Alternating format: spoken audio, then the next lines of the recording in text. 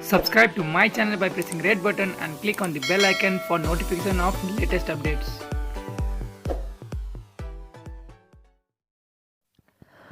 भारत र चीनबीच युद्धको कालो बादल मडारिएको छ। दुवै देशका सञ्चार माध्यमहरू एक अर्का विरुद्ध खनिन थालेका छन्।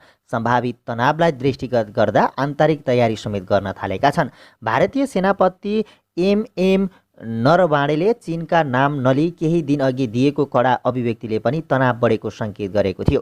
सीमामा विवाद बढिरहँदा नरवाणेको भनाइ बाहिर आएको हो। चीनको नाम नलिई नेपाललाई पनि भारत विरुद्ध उक्साएको आरोप लगाएका थिए। अहिले भारत र चीनबीच लद्दाखमा तनाव बढ्दै गएको छ।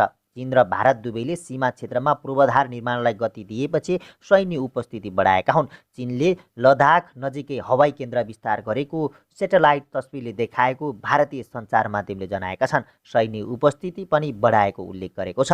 बढ्दो तनावलाई दृष्टिगत गरी भारतीय प्रधानमन्त्री नरेन्द्र मोदीले हिजो राष्ट्रिय सुरक्षा सल्लाहकार अजित डोभाल, रक्षा प्रमुख बिपिन रावत सहित स्थल, जल र हवाई गरी तीनवटै सेनाका प्रमुखहरूसँग भेटेका छन्। रक्षा मन्त्री राजनाथ सिंहले पनि सचिवहरूसँग आन्तरिक बैठक डाकेर सम्भावित चुनौतीबारे छलफल गरेको बुझिएको छ। यसरी भारतले चीनसँग जोडिएको लद्दाखको विवादास्पद क्षेत्रमा विभिन्न पूर्वाधार निर्माण गर्न थाले भन्दै चीनिया पक्षले पनि सतर्कता अपनाएको छ। विवादास्पद क्षेत्रलाई भारतले आफ्नो दाबी गर्दै आएको छ। चीनले यसअघि नै उक्त क्षेत्रमा पूर्वाधार विकास गरिसकेको छ। भारतले अहिले त्यस क्षेत्रमा पूर्वाधार विकासलाई तीव्र पारेको छ, जहाँ हजारौं सैनिक तैनात गरिएका छन्। लद्दाखको विवादास्पद उच्च क्षेत्रमा यी दुई देशको बढ्दो सैन्य उपस्थितिलाई गम्भीरताका साथ हेरिएको छ। भारतले लद्दाखलाई चीनसँग जोडिएको सीमा क्षेत्रसम्म रणनीतिक सडकहरूको निर्माण योजना सारेको छ। सन् 2022 सम्म 61 वटा सडक निर्माणको लक्ष्य पूरा गर्ने उल्लेख गरेको छ। राजनीतिक रेलवे लाइनहरूको योजना पनि सारेको छ, जसमध्ये 9 वटा चीनसँग र 5 वटा भारतसँगको सीमा नजिकसम्म पुग्नेछ। यसबाहेक हवाई केन्द्रहरू स्थापना गर्नेदेखि स्तर उन्नतिसम्मको योजना रहेको टाइम्स अफ इन्डियाले जनाएको छ। यसैगरी विदेश शक्तिको चलखेलले सीमा विवाद तनावग्रस्त बनेको चीनको भनाइरहेको छ। चिनिया प्रभावित गलवान क्षेत्रमा चीनले आफ्नो गतिविधि तीव्र र आक्रामक पारेपछि भारतको केन्द्र दिल्लीसम्मको विषय बनेको थियो। चीनले तीन तर्फबाट लाइन अफ कन्ट्रोल पार गरी आफ्नो सैन्य गतिविधि तीव्र पारेको भारतीय सञ्चार माध्यममा बारम्बार आइरहेको देखिन्छ। चीनले भने उक्त क्षेत्र आफ्नो भन्दै दाबी गर्दै आएको छ। यस्तै विवादका क्रममा भारतले आकस्मिक कन्फरेन्स बैठक अप्रिल 13 देखि 18 सम्म तय गरेको थियो। लकडाउनका कारण भने बैठक स्थगित भएको थियो। बैठक आजदेखि सुरु भएको छ। बैठक मे 27-29 सम्म चल्ने जनाइएको छ। बैठकको मुख्य एजेन्डा नै सीमा सुरक्षा बलको विषयमा हुने जनाइएको छ। भारतका प्रधानमन्त्री मोदी, राजनाथ सिंह, अजित डोभाल लगायतका प्रमुख व्यक्तिहरू कन्फरेन्स बैठकमा सहभागी हुनेछन्। भारतले आफ्नो लद्दाख लगायतका चीनसँग जोडिएका उत्तरी सिक्किम, उत्तराखण्ड र अरुणाञ्चल प्रदेश सहितको सीमा क्षेत्रहरू सैन्य गतिविधिलाई तीव्र पारेको जनाइएको छ। यस विषयलाई लिएर चीनले आपत्ति जनाउँदै आफ्नो क्षेत्रमा भारतले गरेको गतिविधि मान्य नहुने र आफ्नो सैन्य उपस्थिति समेत तीव्र पारेको चिनिया सञ्चार माध्यमहरूले उल्लेख गरेका छन्। चीन र भारतले आफ्नो क्षेत्र दाबी गरिरहेको पूर्वी लद्दाखमा सीमाङ्कन भने स्पष्ट नरहेको कारण दुवै देशहरूले पेट्रोलिङ तीव्र गरेको चिनिया सञ्चार माध्यममा उल्लेख छ। चीन भारत पदाधिकारी बीच उच्च स्तरको वार्ता भइरहेको जनाइएको छ। यसबीचमा केही मुद्दाहरू मात्र समाचारमा आइरहेका कारण सोही विषयले सर्वसाधारणको ध्यान समेत केन्द्रित गरेको चिनिया सञ्चार माध्यममा उल्लेख गरिएको छ। अहिले उत्पादित सीमा विवाद दिल्लीको योजनाबद्ध चाल रहेको चीनको यसप्रति आपत्ति रहेको छ। भारतलाई समेत उक्त क्षेत्र चीनकै रहेको स्पष्ट भए पनि गतिविधि तीव्र पारेकोमा चीनले पछाडि नहट्ने दाबी गरेको छ। भारतले आफ्नो तीव्रता कम नगरे बेजिङ दिल्लीको सम्बन्ध असर पुग्ने र डोकलाम स्कटल्यान्ड अफ सम्झौतामा समेत धक्का पुग्नेछ। यस गतिविधिमा विदेशी शक्तिले समेत हावा दिइरहेको उल्लेख गरिएको छ। चीनलाई अमेरिकाले बारम्बार कोरोनाका कारण आरोप प्रत्यारोप लगाइरहेका कारण दुवै देशबीच तबाहको स्थिति रहेको छ। अमेरिकाले भारत र चीनको सम्बन्ध नरुचाएको र बारम्बार तनाव सिर्जना गरिरहेको चिनिया सञ्चार माध्यमले उल्लेख गरेको छ। भारतले वास्तविक चीनलाई मनन गर्दै आफ्ना कदम चाल्नुपर्ने र चीनप्रतिको भारतीय दृष्टिकोण सुधार्नुपर्ने सुझाव चीनले दिइसकेको छ।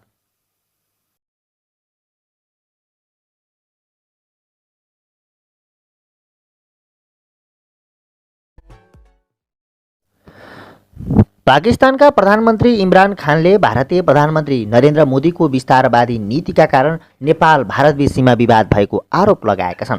खानले ट्विटमा मोदी सरकारलाई हिन्दुत्व अतिवादी सरकार र नाजीवादीको संज्ञा दिएका छन्। मोदी सरकार छिमेकी राष्ट्रको लागि खतरा भएको उनले बताएका छन्। खानले मोदीको विस्तारवादी नीतिकै कारण भारतमा नागरिकता कानुनको विवाद भएको बताउँदै यस कानुनबाट भारतले बङ्गलादेशलाई निशाना साधेको बताएका छन्। भारतले नयाँ नागरिकता कानुन पारित गराउँदै बङ्गलादेशका गैर मुस्लिम नागरिकले भारतमा नागरिकता पाउने बताएका थिए। विस्तारवादी नीतिबाट प्रेरित भारतले नेपाल र चीनसँग सीमा विवाद गरिरहेको पनि खानको आरोप छ। यस्तै खानले पाकिस्तानलाई चुनौती दिन भारतले बारम्बार झण्डा विवाद निकाल्यो पनि बताएका छन्।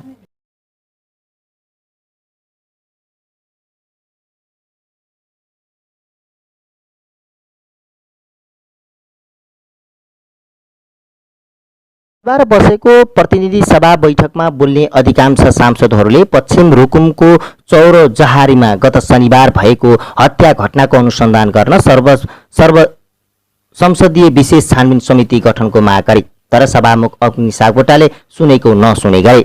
नेपाली कांग्रेसका नेता डाक्टर मिनेन्द्र रिजालले बैठकमा भने सरकारले आफ्नो काम गर्ला, तर दलितहरूलाई मानव नै नमान्ने यस्तो अपराध विरुद्ध पनि एक ठाउँमा उभिन सकिन भने के सन्देश जान्छ? सभामुख महोदय, तपाईको पनि जिम्मा हो, सन्देश दिन आवश्यक छ।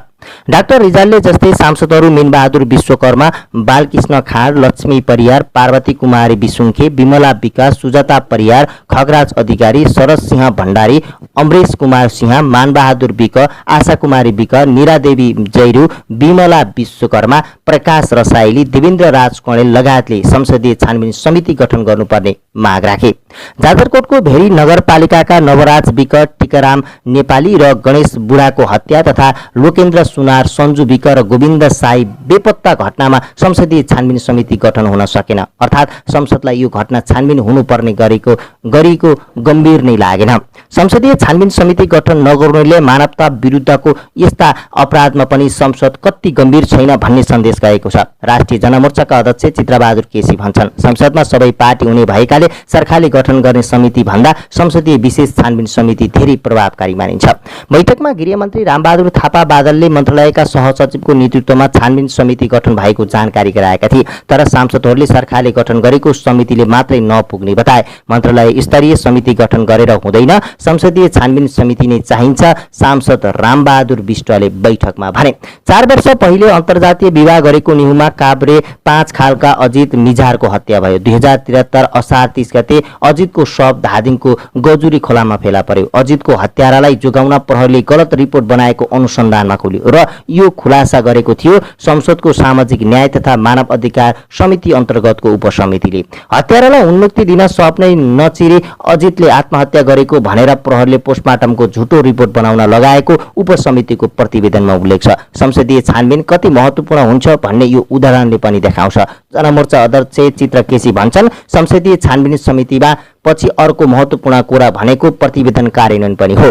अजितको शव अझै पनि काठमाडौँ महाराजगञ्ज स्थित शिक्षण अस्पतालमा छ। सांसद पार्वती कुमारी विसुङके अजित मिजाजहरूले न्याय नपाउँदा दिनहुँ जसो यस्तो घटना दोहोरिरहेको बताउँछिन्। विसुङकेले संसदमा प्रश्न गरिन्, दलितहरूले न्याय पाउन जाजरकोटका नवराज विक जस्ता कति दलित मारिनुपर्छ? अझै अजित मिजार जस्ता कति दलितको शवले मुर्दा हल भर्नुपर्छ? सभामुख महोदय, सत्तारूढ नेपाल कम्युनिस्ट पार्टी नेकपाकी सांसद बिन्दा पाण्डेले संसदबाट रुलिङ गर्न सभामुखसँग माग गरिन्। बैठकमा उनले भने, रुकुम घटना दलित विरुद्धको मात्र होइन, मानवता विरुद्धको अपराध हो। यस्ता श्रृङ्खलाबद्ध घटना छानबिनका लागि संसदमा निर्देशन होस्। रुकुम घटनाको विषयमा सभामुख अग्निप्रसाद सापकोटाले सरकारको नाममा कुनै पनि निर्देशन जारी गरेनन्। संविधानमा सबै नागरिक कानुनको दृष्टिमा समान हुने र कसैलाई पनि कानुनको समान संरक्षणबाट वञ्चित नगरिने भनिएको छ। संविधानको धारा 18 मा भनिएको छ, कानुनको प्रयोगमा उत्पत्ति, धर्म, वर्ण, जात, जाति, लिङ्ग, शारीरिक अवस्था, अपाङ्गता, स्वास्थ्य स्थिति, वैवाहिक स्थिति, गर्भावस्था, आर्थिक अवस्था, भाषा वा क्षेत्र, वैचारिक आस्था वा यस्तै कुनै पनि आधारमा विभेद गरिने छैन। कांग्रेस नेता रिजाल भन्छन्, संसदले छानबिन समिति गठन र रुलिङ आजै गर्छ भन्ने लागेको थियो। जनता समाजवादी पार्टीका नेता शरद सिंह भण्डारीले रुकुमको घटना संसदमा सर्वदलीय समिति बनाएर छानबिन गर्नुपर्नेमा जोड दिए। छुवाछुतको विषय, दलितले र मधेसीको मुद्दा, मधेसीको मात्र उठाउने अवस्था आउनु दुःखद भएको उनको भनाइ छ। भण्डारी भन्छन्, हामी बीचको सद्भाव कहाँ हरायो, सामाजिक एकता कहाँ गयो? राष्ट्रिय सभाका सांसद राधेश्याम अधिकारी यस्तो घृणाको अपराधमा सबैले दल, क्षेत्र, जात भन्दा माथि उठेर भनेर सोच्नुपर्ने बताउँछन्। उनी भन्छन् मध्ययुगीन बर्बरताबाट मानव सभ्यतालाई कलङ्कित हुनबाट जोगाउने पहिलो दायित्व संसदको हो, सरकारको हो। यस्तो विषयमा केही नभए जस्तो गरी आँखा चिम्लेर बस्न मिल्दैन, चुप लागेर बस्नु पनि अन्याय हुन्छ, उनले भनेका छन्। भेरी नगरपालिका 4 राणागाउँका नवराज विकले 4-5 दिनअघि नै आफ्ना मन मिल्ने साथीहरूलाई भनेका थिए 10 गते केटी भगाउने हो, साथ दिनुपर्छ है। नवराजकै अगुवाईमा 18 जना युवाको टोली शनिबार दिउँसो 12 बजे रुकुम पश्चिमको चौरजहारी नगरपालिका 1 सोतीतर्फ हिँड्यो, जहाँ नवराजकी प्रेमिका थिइन्। टोलीका एक सदस्य सुदेव खड्काका अनुसार पैदल हिँडेको समूह साँझ करिब 5 बजे सोती पुगेको थियो। 2 घण्टामै पुगिने बाटो भए पनि केटीले 5 बजे आउनु भनेकी हुनाले 2-3 घण्टा बाटोमै अल्मलियौं, उनले भने। नवराजले बाटोबाटै केटीसँग टाइममा फोन सम्पर्क पनि गरिरहेका थिए। नवराजका टोली साँझ करिब 5 बजेतिर केटीको घर भन्दा करिब 30 मिटर टाढाको दूरीमा पुग्यो। खड्काका अनुसार उनको परिवारका सदस्यले युवाहरू गाउँमा आएको थाहा पाइसकेका रहेछन्। केटीकी आमा प्रकाशी मल्लले यो डुम किन आयो, अस्तिको चोटले पुगेन्छ भन्दै गालीगोलोज गर्न थालिन्। ठुल्ठुलो स्वरमा गाली गर्न थालेपछि हामीहरू केही नबोली तलतिर फर्कियौं, खड्काले भने। नवराजलाई पनि अब केटी लिन सकिँदैन, घर फर्क्यौं भनेर मनायो। टोलीले करिब 10 मिनट टाढाको नाउला भन्ने ठाउँमा पुगेर एउटा घरमा पानी मागेर पिउन थाल्यो। खड्काका अनुसार त्यहाँ रहेका अपरिचित व्यक्तिले बाबुहरू बस्नु, काफल खानुस् भनेर अल्मलाए। यो व्यवहार षड्यन्त्र हुन सक्ने आकलनसहित टोली हतार मध्य पहाडी लोकमार्गतिर लाग्यो। तर 5 मिनटमै 81 50-60 जनाको समूह आएर ढुङ्गा मुढा गर्न थाल्यो। हामीहरू जीव जोगाउन भाग्दै गाउँलेले चारैतिरबाट घेरा हालेर ढुङ्गा, हँसिया र चिरपटले हान्न थाले। उनले कहाली लाग्दो छाड सम्झिँदै भने हामीहरू ज्यान जोगाउन भागाभाग गर्न थाल्यो। युवाको समूहले नवराजलाई नचिनिने गरी लागेको थियो, तर आक्रमणको तार उनै बने। सोती गाउँदेखि आधा घण्टा टाढाको भेरी नदीसम्म लखेटेर नवराजको हत्या गरिएको अर्का युवा इन्द्रजङ शाहले बताए। उनका अनुसार गाउँलेले युवाको समूहलाई भेरी किनारतर्फ बाहेक अन्यत्र जान नपाउने गरी घेरा हालेको थियो। हामीलाई बचाउनुस्, माफ पाऊ भनेर हात जोडेर समेत छोडेनन्, उनले भने। भुइँमा लडाएर अन्धाधुन्दा कुट्न थाले। त्यसपछि को साथी नदीमा हाम फाले र को साथी पुल तरे भन्ने याद पनि नभएको उनले बताए। ज्यान जोगाउन भेरीमा हाम फालेकालाई पनि नदीमै पुगेर ढुङ्गा, हँसिया र चिरपटले प्रहार गरेको उनको भनाइ छ। अर्का युवा सरोज भैलले पनि कुटपिटबाट बस्न भेरीबाट हाम फालेको बताए। नदी पार गरेपछि युवाहरूले थप कुटपिट गरेपछि प्रहरीले पक्राउ गरेर लिएको उनले बताए। घटना भइरहँदा करिब 6 बजेतिर प्रहरीको टोली पनि पुगेको थियो, तर बचाऊ भन्दै गुहार्दा पनि वास्ता नगरेको पीडित युवाले बताए। प्रहरीले सिठी बजाउँदै मान्छेलाई धपाए जस्तै गरेको खड्काले बताए। उनले यस्तो अवस्थामा मरे पनि मरिन्छ भन्दै नदीमा हाम फालेको बताए। उनी पौडी खेलेर वारी जाजरकोटपट्टि पुगे पनि आक्रमणबाट बजेनन्। गाउँका केटाहरूले यतै आएर कुटपिट गरे, उनले भने। त्यसपछि प्रहरी आएर मलाई लगेर गयो। चौरजहारी अस्पतालमा 2 दिन उपचार गरेपछि सोमबार घर फर्किएको उनले बताए। यति विघ्न भइसक्दा साँझको करिब 6 बजेको थियो। ज्यान जोगाएका 12 जना युवालाई गाउँलेको सहयोगमा प्रहरीले नियन्त्रणमा लियो। टोलीमा सहभागी युवा शाह अन्य 6 जनालाई गाउँलेले कुटपिट गर्दै गम्भीर घाइते बनाएको भेरीमा धकेलेको बताउँछन्। बेहोस हुने गरी कुटेपछि साथीहरूले नदीमा पौडी खेल्न सक्ने कुरा पनि भएन, उनले भने। त्यसपछि उनीहरूको हालत के भयो भन्ने त सबैले अनुमान लगाउन सक्छन्।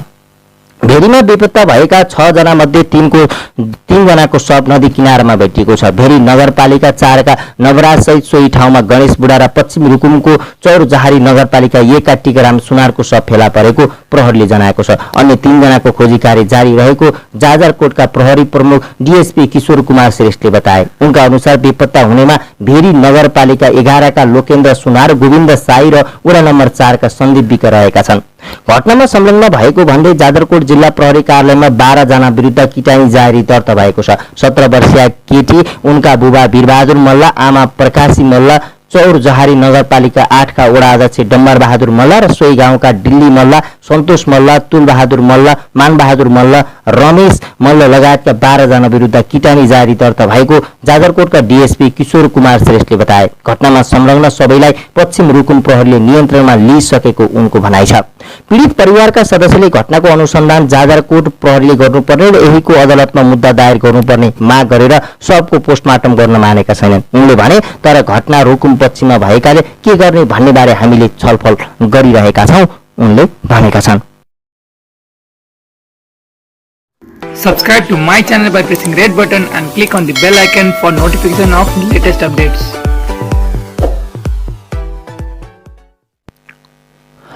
पश्चिम रुकुममा भएको जातीय हिंसाको घटनाको निष्पक्ष छानबिन गरी दोषी उप कारबाही गर्न 135 जना नागरिक अगुवाहरूले सामूहिक अपिल गरेका छन्। मंगलबार अपिल प्रकाशित गरी उनीहरूले सो अमानवीय घटना निर्वाचित पदाधिकारीको अगुवाईमा जातिवादीहरूको सामूहिक र साम्प्रदायिक भिडद्वारा रचना गरिएको नरसंहारको रूपमा देखिएको दावी गरेका छन्। यस्तै यसअघिका यस्तै घटनामा संगीता नेपाली म्याग्दी, सविता बिका बागलुङ, शिव शङ्कर दासी सप्तरी, अस्मिता तेलङ्गा झापा, माया तिरुवा सिन्धुपाल्चोक, अगरा